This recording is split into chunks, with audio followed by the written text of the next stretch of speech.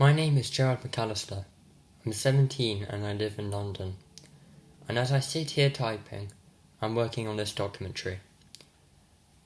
I'm lucky not to have to struggle with the text and the spelling and the way words look. By the time you've watched this, you will have a much better understanding of dyslexia and what dyslexia is like for those who live with it.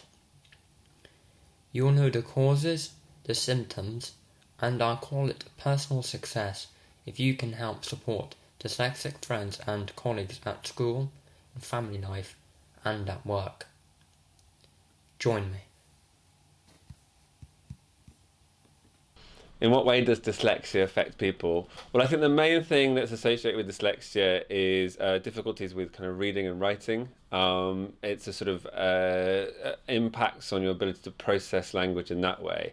However, there are also some kind of difficulties around things like working memory. So being able to keep information in your head for a short amount of time if you're going to reuse it kind of in the immediate future. It affects me with reading, writing, learning in general.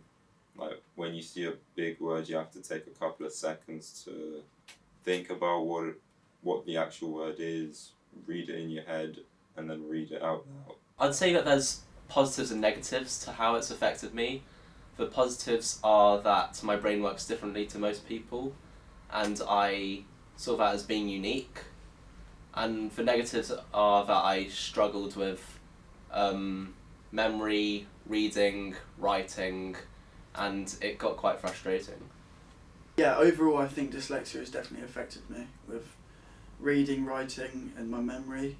So it's quite a hindrance when it comes down to it, yeah. What are the most common thoughts that people think about when they hear the word dyslexia?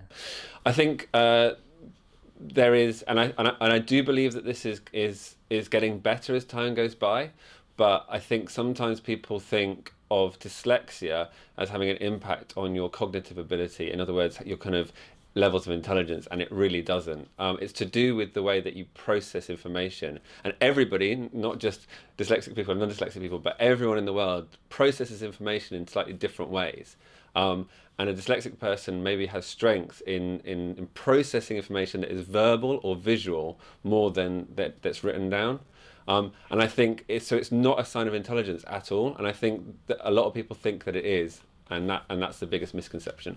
Dyslexia affects 1 in every 5 people. Dyslexia is also genetic and runs in families. Yeah, I think it is a good thing in a certain way if you have dyslexia, let's say, because like as far as I'm concerned, some people tend to be more creative who have dyslexia, and it kind of helps them to make their way in this life. And yeah, I think it's really good. These are just many of the many benefits that come from being a dyslexic person. Being a dyslexic person means that it can open many pathways for you and your future career, or just your future in general. And these are just a few of them. Thanks for taking the time to watch and listen.